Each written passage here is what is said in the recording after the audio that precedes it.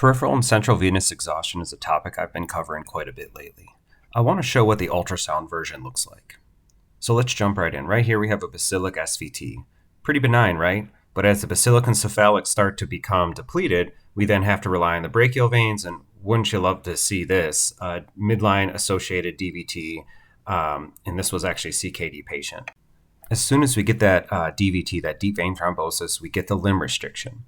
In this image, I don't know if you can see what's going on, but we'll see we've got that brachial vein has no color flow, so there's no, it's an occlusive picture, and that basilic vein is picking up the slack. We'll typically see edema observed throughout the extremity. I like to put that in my notes. That's the first sign something's not going so good. Not always a DVT, but SVT normally. Right here we have acoustic shadowing. This is from a port body. The catheter where it enters the IJ or nominate vein. Very common to see DVTs on top of this. Left IJ DVT. This was just kind of spontaneous in an oncology patient. Again, very typical in that Virchow triad positive population. We have the axillary vein here right near the subclavian axillary junction. We can kind of see there's some hypoechoic structure. There's no variability as the patient breathes in and out. You should see the vein going up and down. The color seems to kind of stop, and it's kind of an occlusive picture. When I do see midclavicular midlines, this is where I often see the DVT forming.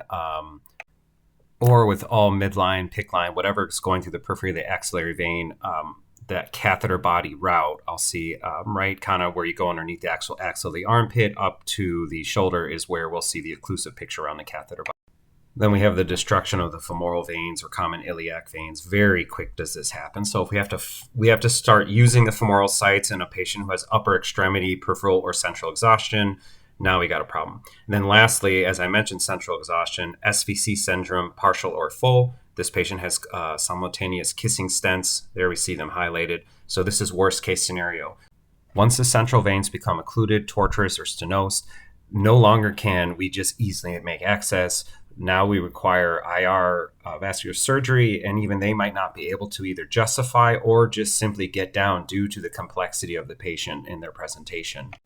So I'm hoping that by showing you what it looks like, what does peripheral venous exhaustion and central venous exhaustion start to look like, we have to start understanding where the vascular access nurse really carries a lot of the skill set to prevent this from happening. And when it does happen, we basically carry the understanding of this is how it should be managed.